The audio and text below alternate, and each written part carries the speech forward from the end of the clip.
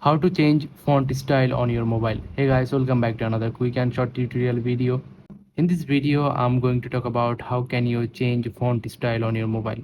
So without any further ado, let's jump right in. So first of all, go ahead and open up your mobile settings, and once you're on your mobile settings, now scroll down a little bit and here you'll get display. So tap on display, and after that here you'll get bunch of options, and then I scroll down a little bit and here you'll get font size and style. Tap on it, and then here you'll get font style. Tap on it, and after that here you'll get bunch of fonts. Now select the font that you want, or you can download fonts from Galaxy Store.